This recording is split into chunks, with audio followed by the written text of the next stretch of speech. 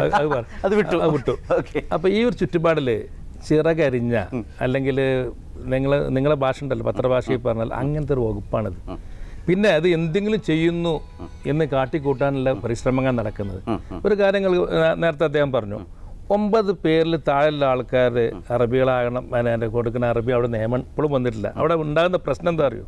അവിടെ പ്രശ്നം 9 ആൾക്കാരുള്ള ചെറുകിട കച്ചവടക്കാർ എന്നുവെച്ചാൽ അവിടെയുള്ള മലയാളികൾ, പണ്ടത്തെ ഗ്രോസറികളും കാര്യങ്ങളും മറ്റതൊക്കെ പല ഭാഗത്തൊക്കെ ഉള്ള അവരുടെ ആ ജോലിക്കാരിൽ ഈ 9 ആളും അവിടുത്തെ വിസയല്ല. എനിക്കെന്നെ ബന്ധപ്പെട്ട ധാരാളം ആൾക്കാരുണ്ട്. എങ്ങനെയാണെന്നുണ്ടെങ്കിൽ ഒരു അറബിൻ്റെ പേരിലൊരു കച്ചവടം തുടങ്ങും, വേറൊരു അറബിൻ്റെ വലിയ ആൾക്കാർ ജോലി ചെയ്യും. ഇവർക്ക് ഇപ്പോഴത്തെ നിയമപ്രകാരം നിതാഖാത്തിൻ്റെ അല്ലാത്ത പ്രശ്നം ഇല്ലീഗൽ ആൾക്കാർ ഉണ്ടാകുമ്പോൾ സ്വാഭാവികമായി ചെക്കിങ് ഉണ്ടാകുമ്പോൾ ഇവരൊക്കെ ഒളിക്കേണ്ടി വരും. ഇതിപ്പോൾ പണ്ടേ നടന്നു വരുന്നതാ. അത് അബ്ദുൽ ഖാദർ അവിടെയുള്ള സമയത്തൊക്കെ നടക്കും. പക്ഷേ ഇപ്പം അത് സൗദി അറേബ്യയിൽ വ്യാപകമായി ക്ലീൻസിങ് ഉണ്ട്. ക്ലീൻസിങ്ങിന് കാരണം സൗദി അറേബ്യ 2 സംഗതിയാണ്. ഒന്ന്, അല്ലെങ്കിൽ ഈ സൗദി അറേബ്യയിൽ ക്ലീൻസിങ് നടക്കുന്നത് മുസ്ലിങ്ങളായ എല്ലാവർക്കും ഉംറക്ക് വിസ കൊടുക്കാൻ അവർ നിർബന്ധിതരാണല്ലോ. അത് ഏത് രാജ്യക്കാരാണെങ്കിലും എവിടുത്തുകാരാണെങ്കിലും അവർ bound to give it as long as they are Muslims. അപ്പോൾ ഈ വിസ ഈ ഉംറ വിസ ഉപയോഗിച്ച് ആൾക്കാർ പോകും, അവിടുന്ന് മടങ്ങി വരില്ല പല ആൾക്കാരും. ഇവിടെ ഒന്നുമില്ലെന്ന് മേലാകാശം താഴെ ഭൂമിയിലുള്ള ആൾക്കാർ പോയിട്ട് അവിടെ എങ്ങനെ തയ്യാറാണ്. അത് ചില ആൾക്കാർ, പല ആൾക്കാരും എത്രയോ വർഷങ്ങളിൽ നിന്നും എല്ലാം ലീഗലൈസ് ചെയ്തു, എല്ലാം ശരിയായി. പക്ഷേ ധാരാളം ആൾക്കാർ ബാക്കിയുണ്ട്. അപ്പോൾ ക്ലീൻസിങ് എന്നുള്ളത് അവിടുത്തെ സാധാരണ അവർ പറഞ്ഞു, അവർ പോണ വഴിക്ക് ചെക്കിങ് കണ്ടു മടങ്ങിപ്പോന്നു. അപ്പോൾ ക്ലീൻസിങ് അവിടെ എപ്പോഴും ഉണ്ടാവും. പക്ഷേ ഇവിടെ പക്ഷേ ഒരു കാര്യം ശ്രദ്ധിക്കണം. വയലാർ രവിയെ ശ്രീ PV അബ്ദുൽ വഹാബ് വിമർശിച്ചു, ആ വകുപ്പിൻ്റെ ദുർബലമായ അവസ്ഥയെ സൂചിപ്പിച്ചു. പക്ഷേ നമുക്ക് ഇത്തരം അവസ്ഥയിൽ നിന്ന് ഒഴിഞ്ഞു മാറാമോ? മാത്രമല്ല അദ്ദേഹത്തിൻ്റെ പാർട്ടി മുസ്ലിം ലീഗിൻ്റെ അഹമ്മദ് സാഹിബ് തന്നെ ഒരു കാലത്ത് കൈകാര്യം ചെയ്തിരുന്ന വകുപ്പാണത്. വളരെ ഗൗരവമായൊരു ഭരണകൂട ഇടപെടൽ വേണ്ടിയിരുന്നില്ല. പ്രവാസിയല്ല, വിദേശകാരിയാണ് ഉദ്ദേശിച്ചത്. ഞാൻ പ്രവാസി കൂടി ഉൾപ്പെടുന്ന വിദേശകാര്യത്തെയാണ് ഞാൻ മെൻഷൻ ചെയ്തത്. ഞാൻ പറഞ്ഞോട്ടെ, ഇതില് ഇദ്ദേഹം പറഞ്ഞ കാര്യം ശരിയാണ്. പക്ഷെ ഇങ്ങനെ ദുർബലമായിട്ടൊരു കാര്യമില്ല. ഇവിടെ പ്രവാസികളായിട്ടുള്ള ആളുകൾ അവർ നൽകിയിട്ടുള്ള വലിയ സംഖ്യ നമ്മുടെ ഗവൺമെന്റ് കയ്യിലുണ്ട്. ഇപ്പോൾ അനൗദ്യോഗികമായിട്ടുള്ള കണക്ക് നിയമസഭയിൽ എൻ്റെ ഒരു ശ്രദ്ധ ക്ഷണിക്കലിന് ബഹുമാനപ്പെട്ട മന്ത്രി KC ജോസഫ് ഈയിടെ പറഞ്ഞൊരു കാര്യമുണ്ട്. പ്രവാസി കാര്യ വകുപ്പ് അല്ലെങ്കിൽ ഈ എമിഗ്രേഷൻ ക്ലിയറൻസിന് വേണ്ടിയിട്ട് ഇന്ത്യ ഗവൺമെന്റ് പ്രവാസികളിൽ നിന്ന് വാങ്ങിയെടുത്ത സംഖ്യ ഏകദേശം 25,000 കോടിയിലേറെ രൂപയുണ്ട്. ഈ സംഖ്യയിൽ വളരെ ചെറിയൊരു സംഖ്യ മാത്രമേ ആളുകൾ തിരിച്ചു വാങ്ങിയിട്ടുള്ളൂ. അപ്പോൾ ഈ പ്രവാസി ക്ഷേമത്തിന് വേണ്ടി ചെലവഴിക്കാൻ പണമില്ല എന്ന് ഇന്ത്യ ഗവൺമെന്റ് പറഞ്ഞാൽ നഗ്നമായ പ്രവാസി വഞ്ചനയാണ്, ഒരു സംശയ കാര്യത്തിലില്ല. അപ്പോൾ അതുകൊണ്ട് ഇന്ത്യ ഗവൺമെന്റ് ശക്തമായിട്ട് ഇക്കാര്യത്തിൽ ഇടപെടേണ്ടതുണ്ട്.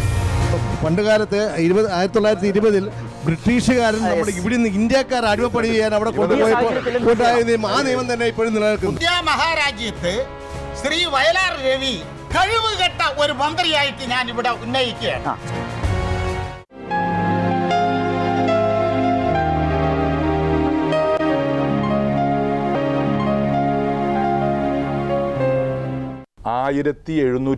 രൂപ വെച്ച് വളരെ കുറച്ച് കാലത്തേക്ക് അത് ഉണ്ടായിരുന്നുള്ളൂ.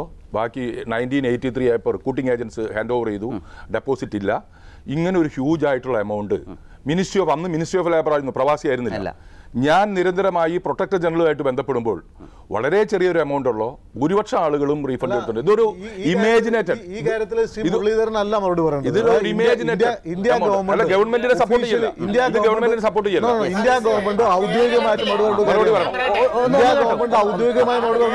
ഈ MLA ഉന്നയിച്ച ഒരു കാര്യം വ്യക്തമായി ഞാൻ പറയാം.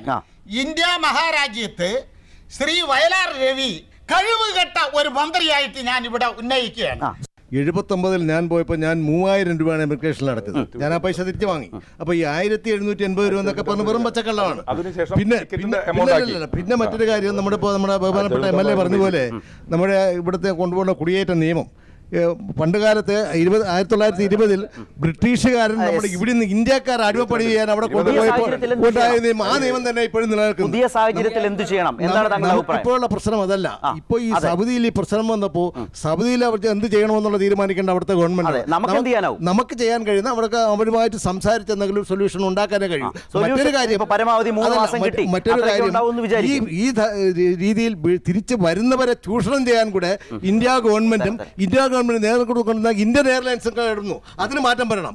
ഇന്ത്യൻ എയർലൈൻസ് ഇപ്പോഴും കൊള്ളയടിക്കുകയാണ്. സൗദി ഗവൺമെന്റ് അവരുടെ പൗരന്മാർക്ക് തൊഴിൽ നേടിക്കൊടുക്കണം എന്നുള്ള ഉദ്ദേശത്തോടു കൂടി നടത്തുന്ന ഈ നിയമനിർമ്മാണമൊന്നും നമുക്ക് ചോദ്യം ചെയ്യാൻ അവകാശമില്ല. പക്ഷേ തൊഴിൽ രഹിതരായിട്ടുള്ള ലക്ഷക്കണക്കിന് ചെറുപ്പക്കാരെ ഈ നാട്ടിലേക്ക് തിരിച്ചു വന്നാൽ മടങ്ങി വന്നാൽ അവരെ എങ്ങനെയാണ് ഈ സർക്കാർ സംരക്ഷിക്കുന്നത് എന്ന് ഇതുവരെ ഒരു രൂപരേഖ തയ്യാറാക്കാനോ ഒന്നും നമ്മുടെ കേന്ദ്ര സർക്കാർ ശ്രമിച്ചിട്ടില്ല.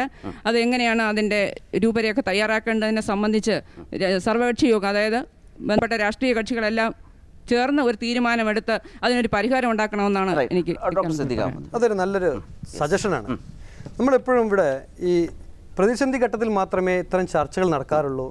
അത് കഴിഞ്ഞാൽ പിന്നെ ആ ബുക്ക് അടച്ച് അടുത്ത കാര്യങ്ങളിലേക്ക് ചാടും. അത് മീഡിയക്കാരായാലും അതേപോലെ തന്നെയാണ്. ഒരു ചാവേർ വന്ന് അതിൻ്റെ പിന്നാലെ അങ്ങ് പോകും. അത് കഴിഞ്ഞാൽ അത് അടച്ച് പിന്നെ അടുത്തേക്ക് പോയി. ഞാൻ മീഡിയ കുറ്റം പറഞ്ഞല്ല.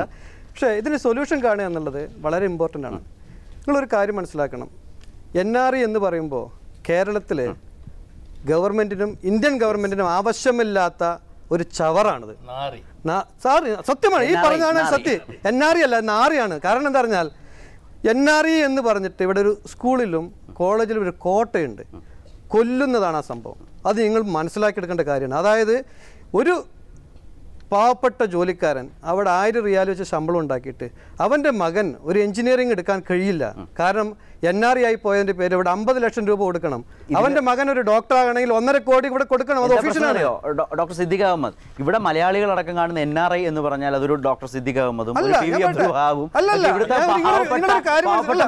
ഞാൻ യോജിക്കുക. 2.5 മില്യൺ ഇന്ത്യക്കാർ സൗദി അറേബ്യയിൽ മാത്രമുള്ളവർക്ക് ഇവിടെ 1 കോടി 1.5 കോടി രൂപ കൊടുത്തിട്ട് NRIയിൽ അഡ്മിഷൻ വാങ്ങിക്കണമെന്ന് ഗവൺമെന്റ് പറയുന്നതിന് ആദ്യം ആ ഗവൺമെന്റ് താഴെ ഇറങ്ങണം. എന്നിട്ടാണ് ചർച്ച വയ്ക്കൽ പോകേണ്ടത്. അല്ലാതെ ഈ വിദേശത്ത് നിന്ന് തിരിച്ചു വരുന്ന ജോലിയുടെ കാര്യമായിട്ടിരിക്കട്ടെ, അവിടെ ഉള്ളിടത്തോളം കാലം അവർക്ക് ഇതുവരെ ഒരു ഫാമിലിയോട് വന്നു കഴിഞ്ഞാൽ അവർക്ക് സ്വന്തമായി കുട്ടിയെ ഒരു സ്കൂളിൽ വിടാനോ അവർക്കൊരു കോളേജ് അഡ്മിഷൻ കിട്ടാനുള്ള സംവിധാനം ഇതിന് മുമ്പുള്ള ഗവൺമെന്റ് ചെയ്തിട്ടില്ല.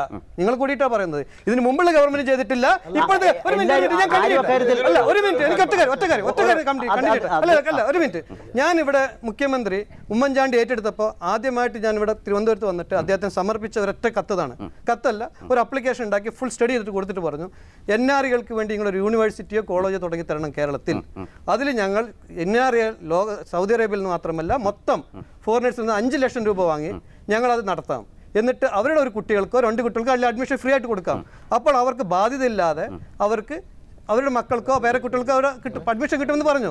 അതുപോലും ഇന്ത്യൻ ഗവൺമെന്റോ അല്ലെങ്കിൽ കേരള ഗവൺമെന്റ് ഏറ്റെടുക്കുന്നില്ല. അപ്പൊ NREകൾക്ക് എന്താണ് ഇവിടെ ചെയ്തു കൊടുക്കുന്നത്? ഒരു ചെറിയ തിരിച്ചു വരുമ്പോൾ പ്രശ്നം എന്താണെന്ന് ഡോക്ടർ സിദ്ദിഖ് അഹമ്മദിന്റെ കൈ അവിടെ നിന്ന് നീണ്ട് ഒരു സെക്കൻഡ് അവിടെ ഡോക്ടർ സിദ്ദിഖ് അഹമ്മദ് താങ്കളുടെ കൈ അവിടുന്ന് നീണ്ട് KV അബ്ദുൽ ഖാദറിന്റെ അടുത്ത് വരെ എത്തി. തൊട്ടടുത്തിരിക്കുന്ന ശ്രീ PV അബ്ദുൽ വഹാബ്, അദ്ദേഹത്തിന്റെ പാർട്ടി കൂടി നേതൃത്വം നൽകുന്ന കേന്ദ്ര സംസ്ഥാന ഭരണങ്ങൾ കുറച്ചുകൂടി ഇടപെടൽ താങ്കളടക്കം നടത്തുന്ന റിക്വസ്റ്റ് ഇദ്ദേഹത്തോടു കൂടിയുണ്ടോ? ഇദ്ദേഹത്തോട് നടത്താൻ തയ്യാറാണോ താങ്കൾ?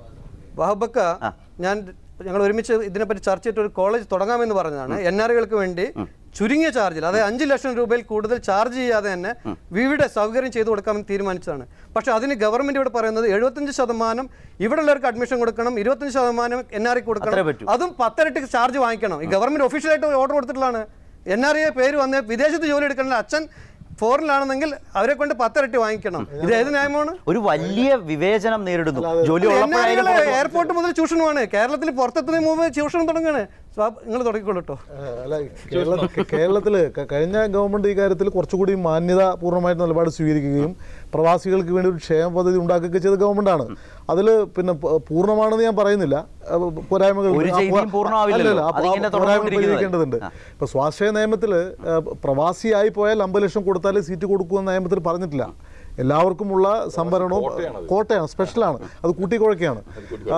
ഇവിടെ ഉള്ള പ്രശ്നം എന്ന് ചോദിച്ചാൽ അല്ല, സിദ്ദിഖ് അഹമ്മദിന്റെ പൊതുവായിട്ടുള്ള നിരീക്ഷണത്തോടെ യോജിക്കുകയാണ്. പ്രവാസികളോട്, പ്രവാസി സമൂഹത്തോട് മാന്യമായിട്ടുള്ള ഒരു സമീപനം ഗവൺമെന്റുകൾ കാണിക്കുന്നില്ല എന്നത്, അത് ഈ പ്രത്യേകിച്ച് കേന്ദ്ര ഗവൺമെന്റിന്റെ കാര്യത്തിൽ വലിയ ബാധ്യതയുണ്ട്.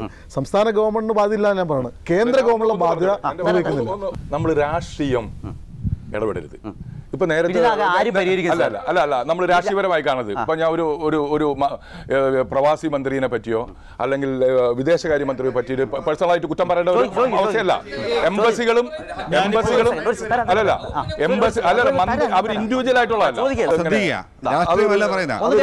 3,70,000 കോടി രൂപയാണ് ഇവിടെ ലീഗലായിട്ട് വരുന്നത്. ഇന്ന് ലോകത്തെ ഏറ്റവും കൂടുതൽ വിദേശ ഇന്ത്യക്കാരില് ഈ വിദേശ നാണയം രാജ്യം ഇന്ത്യയാണ്. 3,70,000 കോടി.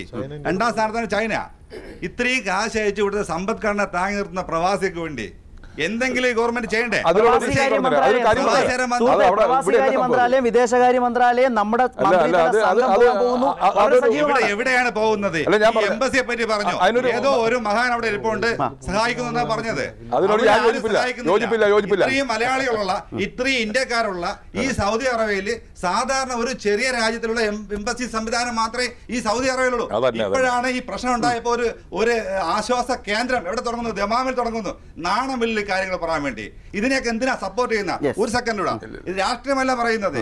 ഈ പ്രവാസികൾ ഇവിടെ അയക്കുന്ന കാശ് മാത്രം മതി, അല്ലാതെ മറ്റൊന്നും വേണ്ട. ഇവിടെ വിഷയത്തിന് വഴുതി പോവുകയാണ്. ഒരു സെക്കൻഡ്, സ്വാശ്രയത്തിലേക്ക് പോവുകയാണ്. അല്ല, വഴുതി പോവേണ്ട വിഷയം എന്ന് പറയുന്നത് നിതാഗത നിയമപ്രകാരം ഇവിടെ മടങ്ങി വരുന്ന, അല്ലെങ്കിൽ അവിടെ നിന്ന് ദുരിതം സാധാരണ ലേബർ ക്യാമ്പിൽ പണിയെടുക്കുന്ന പ്രവാസി, അല്ലാതെ വലിയ കമ്പനിയിൽ അല്ല. ആ ആളെ സംരക്ഷിക്കാൻ എന്ത് നിയമം ഇവിടുത്തെ കേന്ദ്ര ഗവൺമെന്റ് കയ്യിലുണ്ട്, സ്റ്റേറ്റ് ഗവൺമെന്റ് കയ്യിലുണ്ട്. പ്രിയ സുഹൃത്തുക്കളെ, ഈ ഇന്ത്യ ഗവൺമെന്റിന്റെയും അതിന്റെ ഇതുവരെയുള്ള നിയമങ്ങളെയും പുറങ്കാല് കൊണ്ടടിച്ചിട്ട് അവിടെ ഇത്തരം കാര്യങ്ങൾ നടപ്പിലാക്കാൻ കഴിവുള്ള ഒരു സംവിധാനം ഉണ്ടാക്കാൻ നിങ്ങൾക്ക് നിങ്ങളുടെ രാഷ്ട്രീയവും താല്പര്യങ്ങളും ഉപേക്ഷിക്കാൻ കഴിയുമോ?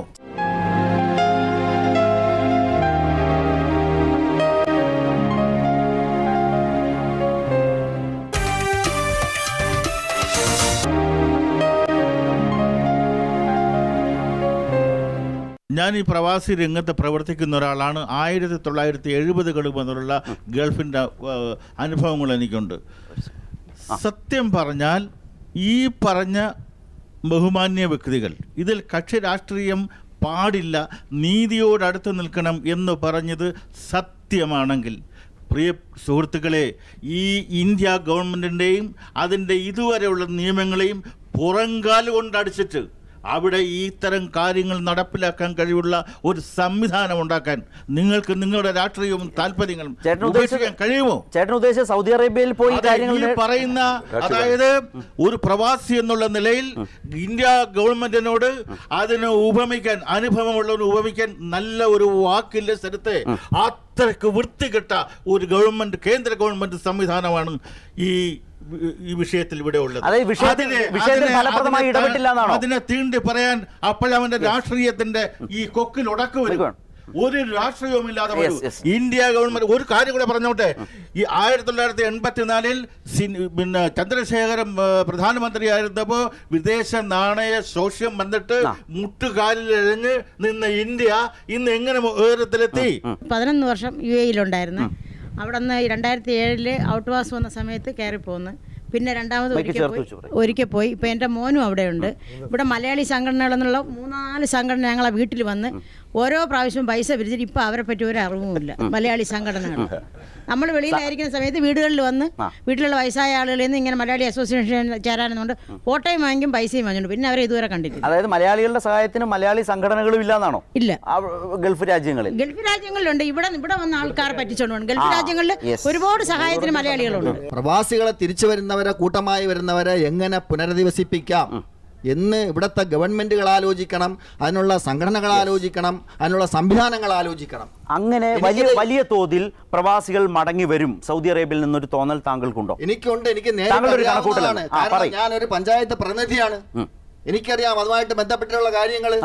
ശ്രീ സിദ്ദീഖ് അഹമ്മദ് കഴിഞ്ഞ 2 മാസം മുമ്പ് വന്നിട്ട് എൻ്റെ പഞ്ചായത്തിലെ വാർഡിലെ ഒരു കുടുംബത്തിന് 3.5 ലക്ഷം രൂപ സംഭാവനയായി കൊടുത്ത വ്യക്തിയാണ് ഇരിക്കുന്നത്. അപ്പൊ ഇതുമായിട്ട് ബന്ധപ്പെട്ട് ഇതുമായിട്ട് കൂടുതൽ ഉന്നതങ്ങളിൽ പോകുന്ന വളരെ കുറച്ച് ആൾക്കാരേ ഉള്ളൂ. ഈ ആടുജീവിതം, ബെന്യാമിന്റെ ആടുജീവിതം നയിക്കുന്നവരാണ് ഇവിടെ മടങ്ങിയെത്തുന്നവര്. അങ്ങനെ വരാൻ ഒരുപാട് ആളുകൾ വരാൻ സാധ്യതയുണ്ട്. അതുപോലെ ഉള്ളവർ വീണ്ടും തിരിച്ചെത്താൻ സാധ്യതകൾ കൂടുതലാണ്. അവരെ പുനരധിവസിപ്പിക്കാൻ വേണ്ടിയിട്ട് ഈ സർക്കാർ എന്ത് ചെയ്യുന്നു എന്നുള്ള ചർച്ചയുണ്ട്.